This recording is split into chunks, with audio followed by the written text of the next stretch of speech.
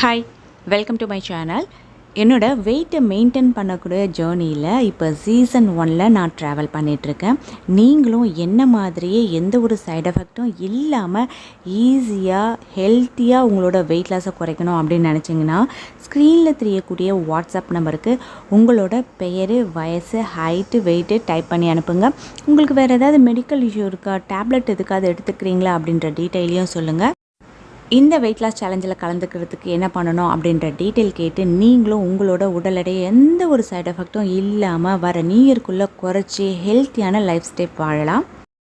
என்னுடைய வெயிட்டை மெயின்டைன் பண்ணக்கூடிய இந்த ட்ராவலிங்கில் இன்றைக்கி நான் என்ன ஃபுட் எடுத்துக்கிட்டேன் அப்படின்றது தான் உங்களோட ஷேர் பண்ண போகிறேன். இன்றைக்கி மார்னிங் நான் வந்து எம்டி ஸ்டொமக்கில் எடுத்துக்கிட்ட ட்ரிங்க் வந்து பார்த்திங்கன்னா பாதாம் கோகோ மில்க் தான் நான் எடுத்துக்கிட்டேன். இது எப்படி செய்யணுன்றதை ஆல்ரெடி நான் சொல்லியிருந்தேன். இல்லை பாதாம் மட்டும்தான் சேர்க்கலாமா அப்படின்லாம் கிடையாது. எனக்கு பாதாம் பிடிக்கும் அப்படின்றதுனால நான் இதை கண்டினியூவாக பாதாம் நான் எடுத்துக்கிறேன். இல்லை அப்படின்னா நீங்கள் ஒரு 3 பாதாம், 3 வால்நட், 3 முந்திரி, 3 பிஸ்தா அது மாதிரி நீங்கள் எடுத்துகிட்டு கூட நீங்கள் செய்யலாம். நட்ஸு கூட கொஞ்சம் பேரிச்சம்பழம், கொஞ்சம் கொக்கோ பவுடர், இது கூட மில்க் நல்லா சேர்த்து நல்லா ஸ்மூதி மாதிரி அரைச்சி நம்மள ஒரு டம்ளர் எடுத்துக்கலாம். இப்படி தான் நான் இன்றைக்கி மார்னிங் வந்து பாதாம் சேர்த்து எடுத்துக்கிட்டேன். இன்றைக்கி என்னோடய பிரேக்ஃபாஸ்ட் வந்து பார்த்திங்கன்னா மசாலா தோசை, சாம்பார் தான் இன்றைக்கி நான் எடுத்துக்கிட்டேன். ஒரு மசாலா தோசை சாப்பிட்டு குறைஞ்சது ஒரு வருஷமாவது ஆயிருக்கும். நான் வந்து இந்த வெயிட் லாஸ் ஜேர்னி ஸ்டார்ட் பண்ணதுக்கப்புறமா உருளைக்கிழங்கு அப்படின்ற ஒரு விஷயத்தையே நான் தொடவே இல்லை. நானும் சரி, என் வீட்டில் இருக்கவங்களுக்கும் சரி அவ்வளோவா வந்து உருளைக்கிழங்கு செய்யாமையே இருந்தேன். இன்றைக்கி வந்து உருளைக்கிழங்கு எடுத்துக்கிட்டேன்.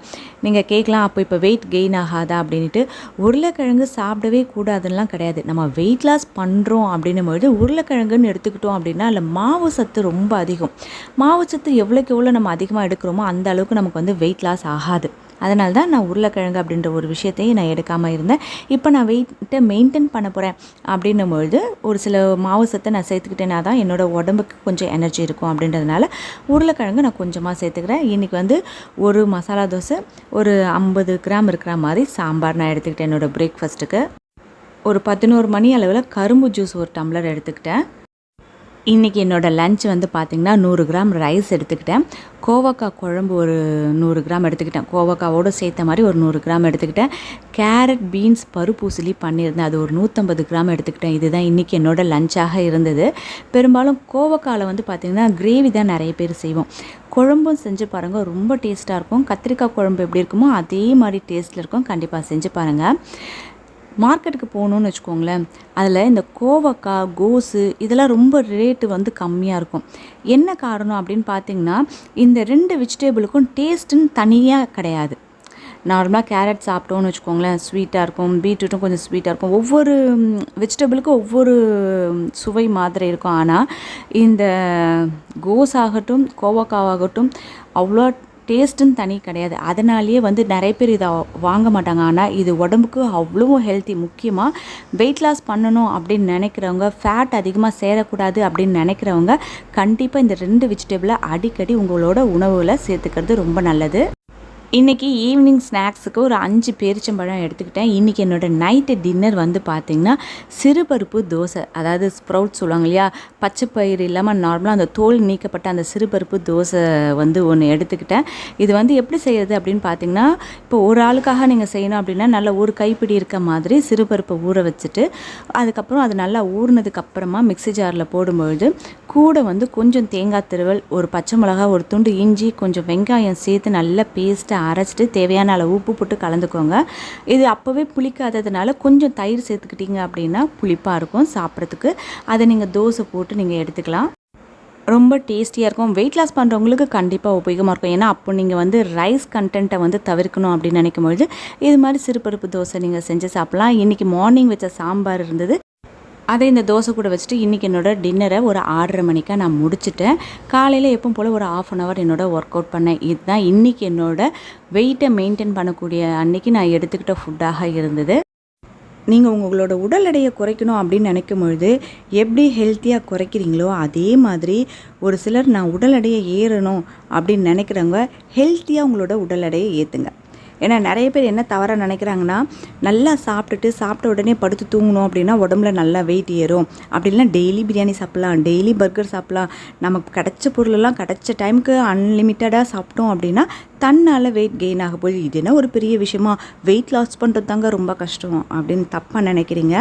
வெயிட் லாஸ் எப்படி ஹெல்த்தியாக பண்ணுறோமோ அதே மாதிரி வெயிட் கெயினையும் ஹெல்த்தியாக பண்ணால் தான் உங்களுக்கு ஃப்யூச்சரில் எந்த ஒரு சைட் எஃபெக்ட்டும் வராது. அதனால் வெயிட் கெயின் பண்ணணும் அப்படின்னு நினைக்கிறவங்க ஹெல்த்தியாக உங்களோட வெயிட் கெயின் பண்ண முயற்சி செய்யுங்க. இன்றைக்கி உங்கள் கூட நான் பேசக்கூடிய ஒரு டாபிக் என்ன அப்படின்னு பார்த்தீங்கன்னா, எங்கள் அம்மாவை பற்றி தான் உங்களோட நான் ஷேர் பண்ணலாம் அப்படின்னு நினைக்கிறேன். ஏன்னா இன்றைக்கி எங்கள் அம்மாவுக்கு பிறந்த நாள், அதாவது காந்தி ஜெயந்தி அன்றைக்கி தான் எங்கள் அம்மா பிறந்தாங்க.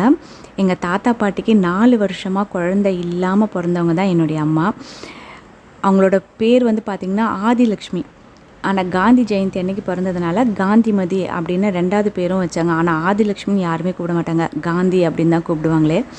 என்னோடய லைஃப்பில் எங்கள் அம்மாவோட பார்ட் அப்படின்றது ரொம்ப ரொம்ப முக்கியமானது. ஏன்னா எங்கள் அம்மா ஒருத்தர் இல்லை அப்படின்னா இன்றைக்கி நான் எப்படி இருந்திருப்பேன் அப்படின்றது என்னால் சொல்ல முடியாது. ஏன்னா ஒவ்வொருத்தருக்கும் அவங்களோட அம்மா அப்படின்றது ரொம்ப முக்கியம்தான். ஆனால் என்னோடய லைஃப்பில் எங்கள் அம்மா இல்லை அப்படின்னா இன்றைக்கி உங்ககிட்ட ஏதோ ஒரு அளவு நான் பேசிகிட்ருக்கேன் அப்படின்னா அப்படிப்பட்ட ரேவதி இல்லை அப்படின்னு தான் அர்த்தமே.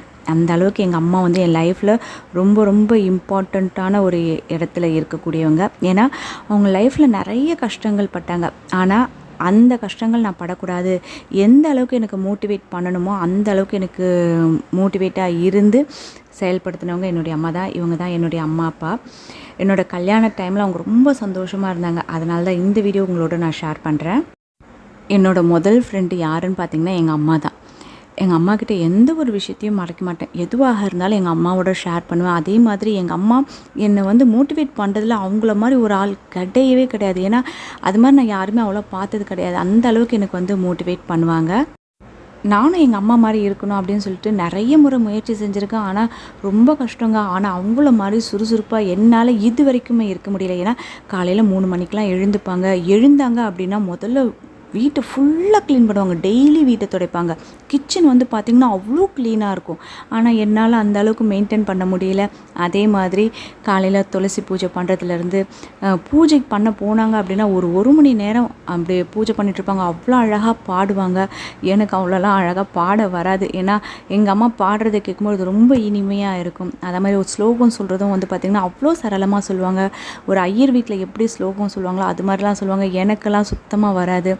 எங்கள் அம்மா சாகிற காலத்தில் கூட வந்து பார்த்திங்கன்னா அந்த உடம்பு சரியில்லை அப்படின்னா கூட காலையில் எழுந்து குளித்து சுத்தமாக இருக்கணும், சுத்தமாக எந்த ஒரு விஷயம் செய்கிறதாக இருக்கணும், உடம்பு சரியில்லைனா கூட அதை அப்படியே போட்டுடக்கூடாது அப்படின்ற இதில் வந்து கரெக்டாக இருந்தாங்க.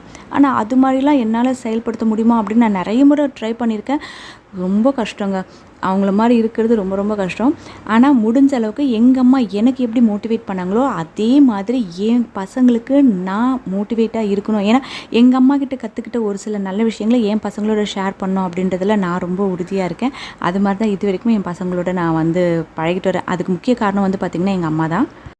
இப்போ இந்த வெயிட் லாஸ் பண்ணிட்டு இருக்கும்போது வாட்ஸ்அப்பில் இருக்கக்கூடிய சிஸ்டர்ஸ்லாம் ஏதாவது உடம்புல ப்ராப்ளம் இது மாதிரி இருக்குது அப்படின்னு சொல்லும்போது அதுக்கு ஏதாவது ஒரு சொல்யூஷன் சொல்லும்போது எப்படி நீங்கள் வந்து கேட்ட உடனே டக்குன்னு இது மாதிரி விஷயத்துக்கு இந்த இது பண்ணால் கரெக்டாக சரியாகும்னு சொல்கிறீங்க, நாங்களும் ட்ரை பண்ணோம் கரெக்டாக செட் ஆகுது, இது யார்கிட்ட கற்றுக்கிட்டீங்க அப்படின்னு நிறைய பேர் கேட்டிருக்காங்க. அது வந்து எங்கள் அம்மா கிட்டே தான் கற்றுக்கிட்டேன். எங்கள் அம்மா நிறைய வீட்டு வைத்தியம், எந்த ஒரு சைடு எஃபெக்ட்டும் இல்லாமல், முக்கியமாக ஹாஸ்பிட்டல் போய் நம்ம வந்து நோய் எதிர்ப்பு சக்தியை குறைச்சிக்காமல் வீட்டில் இருந்தபடியே நம்மளோட வைத்தியத்தை பார்த்துக்கணும் அப்படின்றதெல்லாம் சின்ன வயசுலேருந்தே எனக்கு வந்து சொல்லி கொடுத்துருக்காங்க. எங்களுக்கு வந்து அதை ட்ரை பண்ணியிருக்காங்க அப்படின்னும்போது அந்த விஷயம் நான் எங்கள் அம்மா கிட்ட இருந்தால் கற்றுக்கிட்டேன். அதை இன்னைய வரைக்கும் என் வீட்டில் நான் ஃபாலோ பண்ணுறேன் அப்படின்னா அது முழுக்க முழுக்க எங்கள் அம்மா தான் காரணம். எங்கள் அம்மாவை பற்றி இன்னொரு விஷயம் சொல்லணும்னு பார்த்திங்கன்னா, அவங்க பசங்க மேலே அவ்வளோ நம்பிக்கை அவங்களுக்கு. எனக்கு ஒரு தம்பி இருக்கான். எங்கள் 2 பேர் மேலே அவ்வளோ நம்பிக்கை. என் பசங்க இப்படி தான் இருப்பாங்க, எங்களை பற்றி யார் என்ன சொன்னாலும் என் பசங்களை பற்றி எனக்கு தெரியும், அந்த நம்பிக்கை இருக்குது பார்த்திங்களா, அது ரொம்ப ரொம்ப முக்கியம். அதே மாதிரி எங்கள் 2 பேருக்குள்ளே ஏதாவது சண்டை வந்தால் கூட, எனக்கு என் தம்பிக்கும் ஏதாவது சண்டை வந்தால் கூட அதை ஃபஸ்ட்டு சால்வ் பண்ணி வைக்கிறவங்க எங்கள் அம்மாவாக தான் இருப்பாங்க. ஒன்று என் மேலே தப்பாக இருக்கலாம், இல்லை என் தம்பி மேலே தப்பாக இருக்கலாம். ஆனால் இது இவங்க மேலே தான் தப்பு இருக்குன்னு சுட்டி காட்டாமல், சரி தம்பி தானேம்மா அப்படின்வாங்க, அதே மாதிரி அக்கா தானப்பா அப்படின்னு சொல்லிட்டு எங்களை சேர்த்து வைக்கக்கூடிய முதல் ஆள் எங்கள் அம்மாவாக தான் இருப்பாங்க. ஏன்னா நிறைய குடும்பங்களில் நான் பார்த்துருக்கேன், ஒரு 4 பிள்ளைகள் இருந்தாங்கன்னா, அதில ஒரு 2 பிள்ளைங்க நல்லா இருக்காங்க அப்படின்னா, நெறைய பேரண்ட்ஸ் அந்த நல்லா இருக்க பிள்ளைகளுக்கு தான் எப்பவுமே சப்போர்ட் பண்ணுவாங்க. டவுனா இருக்க பசங்களுக்கு வந்து பார்த்தீங்கன்னா, அவங்களோட சப்போர்ட் கிடைக்கிறதுன்றது ரொம்ப கஷ்டம். நான் இன்னைக்கும் நெறைய குடும்பங்கள்ல அத நான் பார்க்குறேன். அது மாரிலாம் எங்க அம்மா கிடையாது. பசங்க நம்ம பெத்த பசங்க 2 பேருமே ஈக்குவல். 2 பேரும் என்னைக்கும் ஒத்துமையா இருக்கணும் அப்படின்னு நெனைக்கிற முதல் ஆள் எங்க அம்மா. அவங்க கிட்டேருந்து அந்த விஷயத்த நான் கத்துட்ருக்கேன். இது மாதிரி நிறைய விஷயங்கள் எங்கள் அம்மா பற்றி சொல்லிக்கிட்டே போகலாம். ஆனால் இன்றைக்கி எங்கள் அம்மா என் கூட இல்லை அப்படின்னும்பொழுது எனக்கு ரொம்ப கஷ்டமாக தான் இருக்குது. இன்றைக்கி எங்கள் அம்மாவோட பிறந்தநாள். எங்கள் அம்மாவை பற்றி நினைக்கும் பொழுது அந்த விஷயத்த உங்களோட நான் ஷேர் பண்ணும்பொழுது எனக்கு மனசு ரொம்ப திருப்தியாக இருக்குது. உங்களுக்கும் உங்கள் அம்மாவை ரொம்ப பிடிக்கும் தானே? பெரும்பாலும் பெண்களுக்கு அம்மாவை எப்போ தெரியுங்களா ரொம்ப பிடிக்கும்? தான் அம்மாவாகும்போது தான் தன்னுடைய அம்மாவை பற்றி ரொம்ப பெருமையாக நினைப்பாங்க. நார்மலாக அப்பாவுக்கு பொண்ணுங்களை ரொம்ப பிடிக்கும், பொண்ணுங்களுக்கு அப்பாவை ரொம்ப பிடிக்கும், அம்மாங்களுக்கு பிள்ளைங்களை ரொம்ப பிடிக்கும், பிள்ளைங்களுக்கும் அம்மாவை ரொம்ப பிடிக்கும் அப்படின்வாங்க. இது வந்து இயல்பு. ஆனால் பெண்களுக்கு அம்மாவை ரொம்ப ரொம்ப பிடிக்கக்கூடிய, மரியாதை அதிகமாக வரக்கூடிய அந்த டைம் அப்படின்னு பார்த்திங்கன்னா, நம்ம அம்மாவாகும்பொழுது தான் நம்ம அம்மாவை பற்றி ரொம்ப பெருமையாக நினைப்போம். ஏன்னா நமக்காக என்னென்னலாம் பண்ணியிருக்காங்க அப்படின்றத நம்ம உணரும் பொழுது தான் அவங்க பட்ட கஷ்டங்கள் நமக்கு தெரியும். என்னை பெற்று என்னை நல்லபடியாக வளர்த்து எனக்கு ஒரு நல்ல வாழ்க்கையை அமைச்சு கொடுத்த எங்கள் அம்மாவை என்றைக்குமே நான் மறக்க மாட்டேன். ஒவ்வொருத்தரும் அப்படி தான் நினைப்போம். இன்றைக்கி எங்கள் அம்மாவை பற்றி உங்களோட ஷேர் பண்ணதில் எனக்கு ரொம்ப சந்தோஷம். உங்களுக்கு இந்த வீடியோ பிடிச்சிருந்ததுன்னா ஒரு லைக் பண்ணுங்கள், உங்கள் ஃப்ரெண்ட்ஸோட ஷேர் பண்ணுங்கள். இது வரைக்கும் நீங்கள் சப்ஸ்கிரைப் பண்ணாத வியூவர்ஸாக இருந்தால் சப்ஸ்கிரைப் பண்ணி பக்கத்தில் இருக்க அந்த பெல் ஐக்கானும் கிளிக் பண்ணிங்கன்னா ஃப்யூச்சரில் வரக்கூடிய எல்லா வீடியோஸோட நோட்டிஃபிகேஷனும் உடனுக்குடனே கிடைக்கும். தேங்க்யூ.